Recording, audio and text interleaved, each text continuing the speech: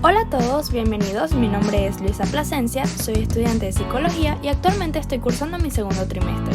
En el día de hoy me gustaría conversarles sobre un tema muy completo que será muy útil tanto en la carrera como en el día a día.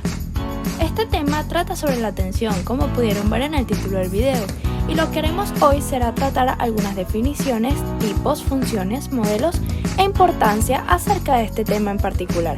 Así que sin más preámbulos, comencemos. Para comenzar, daremos una definición sobre la atención. La atención es un proceso psicológico básico e indispensable para el procesamiento de la información de cualquier modalidad, ya sean imágenes, palabras, sonidos, olores, entre otros, y también para la realización de cualquier otra actividad. Este se considera un proceso tanto conductual como cognitivo, de concentración selectiva, en aspectos concretos de la información que se recibe. En pocas palabras, la atención se puede definir como la capacidad de recibir, seleccionar y concentrarse en los estímulos más relevantes. Ahora bien, a lo largo del tiempo el concepto de la atención ha pasado por muchas teorías y muchos autores que buscaban darle un significado concreto a este proceso.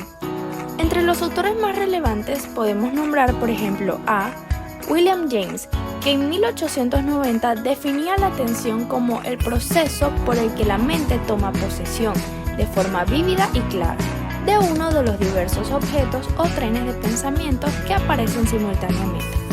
Para él, la focalización y concentración de la conciencia son la esencia de la atención, y esta implica la retirada del pensamiento de varias cosas para tratar efectivamente otras. Asimismo tenemos a Luria, de 1962, el cual destacaba características esenciales de la atención y su selectividad y la permanencia. Así consideraba la atención como el factor responsable de extraer los elementos esenciales para la actividad mental, el cual es el proceso que mantiene una vigilancia sobre el curso de la actividad mental. También podemos nombrar a Tudela, que en 1992 definía la atención como el mecanismo central de capacidad limitada, cuya función primordial es controlar y orientar la actividad consciente del organismo conforme a un objeto determinado. Y por último, tenemos a uno de los más influyentes en este tema, el cual es Ballesteros, que en los 2000 afirmaba que la atención es un proceso por el cual podemos dirigir nuestros recursos mentales sobre algunos aspectos del medio, específicamente los más relevantes, o bien sobre la ejecución de determinadas acciones que considerábamos más adecuadas entre las posibles. Esos serían algunos de los autores más relevantes, ya que hay muchos más por los que se dificulta un poco su conceptualización concreta, además de que existen otros autores los cuales han establecido unos modelos de filtro que intentan explicar visualmente las etapas de este proceso, por ejemplo los de Broadbent, Treisman o los de Deutsch y Deutsch, los cuales lo veremos detalladamente a continuación. El modelo de filtro rígido de Broadbent, de 1958. Este es un modelo de filtro precategorial, un modelo rígido, pues el filtro funciona como un dispositivo todo o nada, es decir, que la información seleccionada se procesa completamente, mientras que la información no seleccionada se pierde del todo. Además, se le conoce como el modelo de selección temprana, ya que el filtro se encuentra al principio. Como podemos observar en la imagen, primero se recibe el estímulo. Luego este estímulo pasa a un almacén sensorial y de aquí se transfiere al filtro, el cual va a seleccionar solo los mensajes más relevantes. Una vez seleccionados los mensajes más relevantes, estos van a ser registrados en la memoria a corto plazo y de ahí pueden o no pasar a la memoria de largo plazo. Y la respuesta se da en medio del proceso de transporte de la memoria de corto plazo a largo plazo. Ahora bien, también podemos encontrar el modelo de filtro atenuado de Treisman, de 1964, el cual también califica como un modelo precategorial. Sin embargo, este se diferencia del filtro rígido de Broadbent, ya que Treisman proponía un mecanismo de atenuación para todos los mensajes, ya que si bien el más relevante pasa al filtro, los no tan relevantes son atenuados para no saturar de información el mecanismo central de procesamiento, por lo que no termina de ser del todo ignoradas, sino atenuadas. Como pueden ver en la imagen, es el mismo proceso del modelo anterior, solo que en este los mensajes o estímulos no tan relevantes no son del todo ignorados, sino que son atenuados para no sobrecargar el mecanismo central de procesamiento de tanta información, como lo habíamos dicho anteriormente. Por otra parte, podemos encontrar un modelo de filtro postcategorial llamado modelo de filtro tardío de Deutsch y Deutsch de 1963.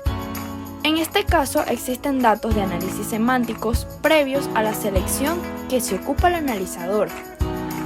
Como podemos ver en la imagen, este proceso se da luego de que se reciben los estímulos, los cuales pasan a un almacén sensorial y posteriormente a un analizador, el cual actúa previamente al filtro y este transferirá la información a la memoria de corto y largo plazo, y la respuesta aparecería en medio de este transporte de información. Ahora bien, luego de haber abarcado toda la parte conceptual y teórica, pasaremos a sus funciones. Una de sus principales funciones es el control sobre la capacidad cognitiva, ya que depende de la atención si un mensaje resulta ser lo suficientemente importante o relevante para ser registrado en la memoria a largo plazo. Otra de sus funciones principales es la prevención de la excesiva carga de información, ya que de esto se encargan los filtros de selección de información. También tenemos la estructuración de la actividad humana, ya que facilita la motivación consciente hacia el desarrollo de habilidades. Esto es gracias a que las cosas que nos llaman la atención se convierten en estímulos muy relevantes, convirtiendo su acción en motivación. Y por último, el mantenimiento del estado de alerta, llevando así a la persona a un estado de concentración alta. Ok, si bien estas no son todas las funciones que tiene la atención, son una de las más relevantes. Ahora bien, continuemos con los tipos de atención.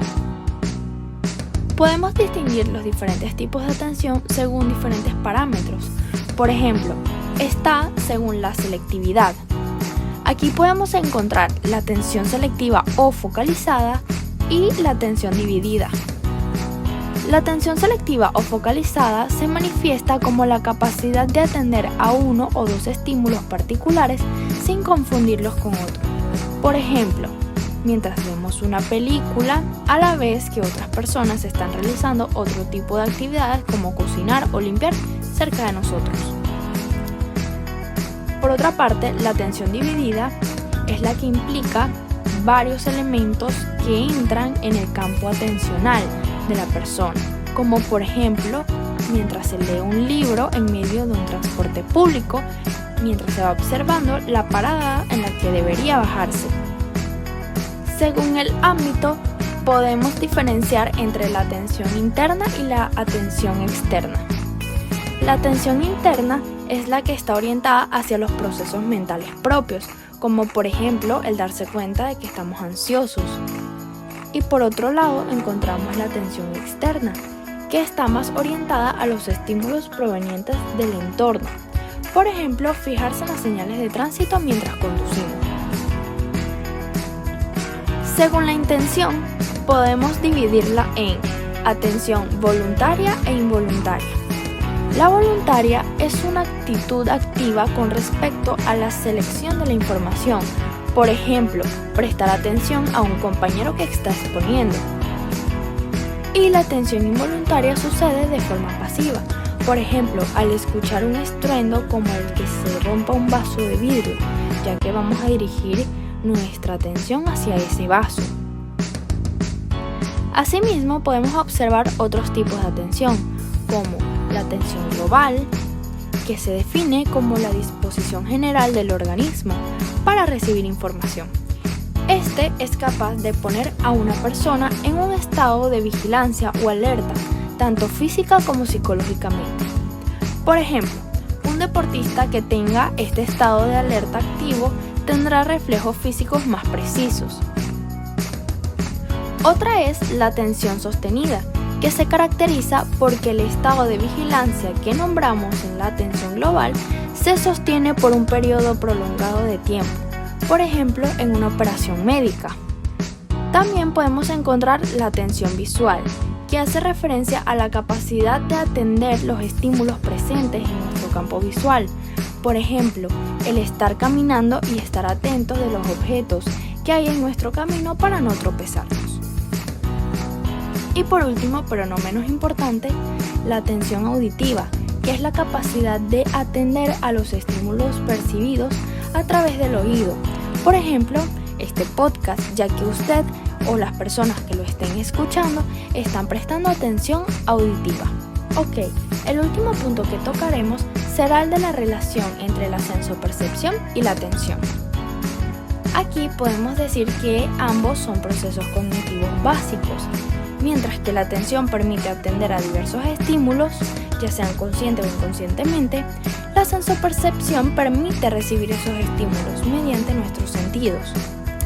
Es decir, la sensopercepción es quien capta el estímulo y la atención es quien decide hacer con él, si tomar acción o ignorarlo. Finalmente, podemos concluir que la percepción es un proceso de selección de estímulos, así como también una herramienta en el aprendizaje. Esta es muy importante ya que ayuda a mantener activo el cerebro, a generar nuevas conexiones y a mantener así las funciones cerebrales. Ahora sí, hemos llegado al final de este tema. Gracias por quedarte hasta aquí. Espero que les haya gustado y que hayan podido aprender un poquito más conmigo.